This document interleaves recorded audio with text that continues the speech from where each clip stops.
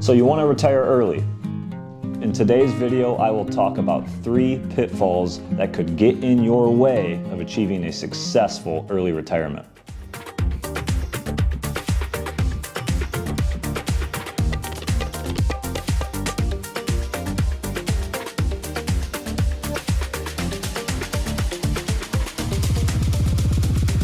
Hey guys, glad to be back with you. My name is Jet, financial advisor and vice president of W.A. Smith Financial Group, a team of fiduciary financial advisors that help people all over the United States with the mission of finding financial peace of mind when it comes to money and investments. And today we are talking about early retirement and the pitfalls that you could encounter, things that you must avoid or plan for to achieve that successful early retirement that you want.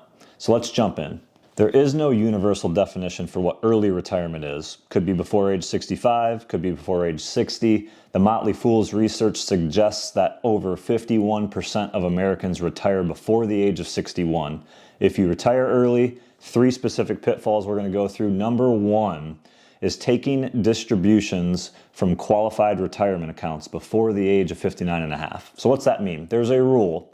If you have a 401k, 403b, a traditional IRA, something that is considered a pre-tax retirement account, you have not yet paid taxes on it, you've been saving and accumulating dollars inside that account, and when you go to take distributions from it, the IRS is going to come calling. They're going to ask for their federal tax. If you live in a state where they have state tax, there's going to be state income tax on those distributions. You cannot take a withdrawal from those accounts prior to age 59 and a half years old without incurring an additional 10% excise penalty on top of the taxes that you pay. So we see a lot of times people come in for a retirement tune-up financial review with our team and they're talking about early retirement.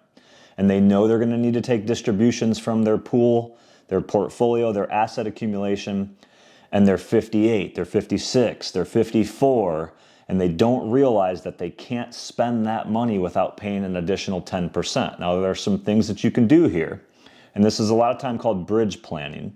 For those that have a lot of money saved up in non-qualified form, after-tax form, think bank accounts, brokerage accounts, trust accounts. The rules are different. You can take distributions of those from those accounts prior to the age of 59 and a half without incurring income tax in most cases. So you could do that. You could have a 72T account.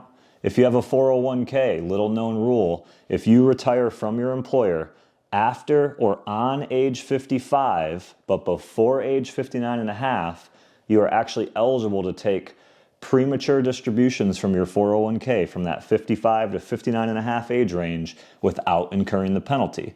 So this is something that you have to plan for. A good financial advisor and a good plan can help you develop a bridge account if you retire before the age of 59 and a half years old. Potential pitfall number 2 is all about healthcare. You could have a giant healthcare expense on your hands if you retire prior to age 65 when you become Medicare eligible. So you have to ask yourself some questions here. Is my employer going to offer me a retirement healthcare benefit? Can I have some sort of continuance with my healthcare plan at least up until age 65? If they don't offer that, does your spouse still work? Do they have a healthcare plan that you could jump onto at least to bridge the gap between now and the time you attain age 65?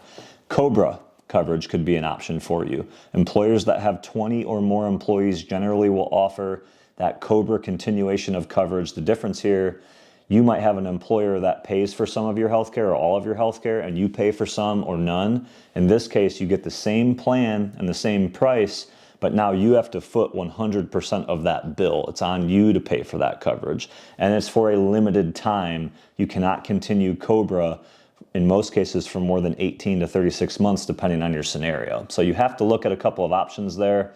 Bottom line is this: according to Money Geek, the average senior age 60 pays more than $1,000 per month in the marketplace for public health insurance that is not a continuation of coverage or not a spouse's plan. So if you're going into the marketplace to find health care, it's going to be a fairly big ticket line item every single month in your expense budget. So healthcare is a big one. If you're going to retire early, make sure that you have a plan to know exactly what you're going to do for healthcare to bridge the gap to age 65 when you're Medicare eligible. And finally, number 3, and this is all about Social Security. So many people that we meet with when they come in for that retirement tune-up, they ask us about Social Security and income planning.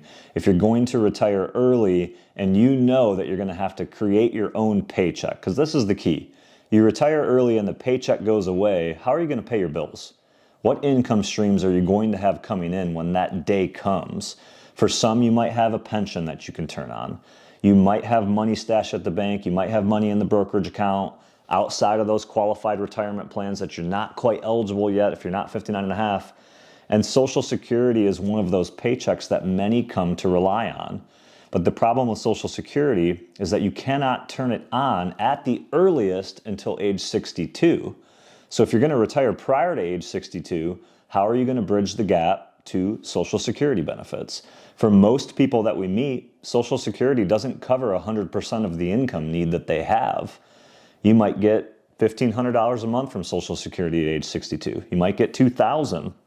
If you wait longer, you'll get more from Social Security. But if you turn that benefit on early, it is an irrevocable decision from the standpoint of you are locking in that determined amount for the rest of your days, aside from COLA adjustments and Social Security payments going up just through the program's governmental changes. So you have to be cognizant of early retirement when it comes to that Social Security program. If you're planning on delaying Social Security, what is your plan to draw from your portfolio to make ends meet? You have bills to pay, you have things that you need to do, and those things cost money. You have to have a plan for Social Security when it comes to early retirement. So there you have it. Today we talked about early retirement and the pitfalls that you could encounter. 3 of them specifically: taking distributions before age 59 and a half from your qualified retirement plans. That was number 1.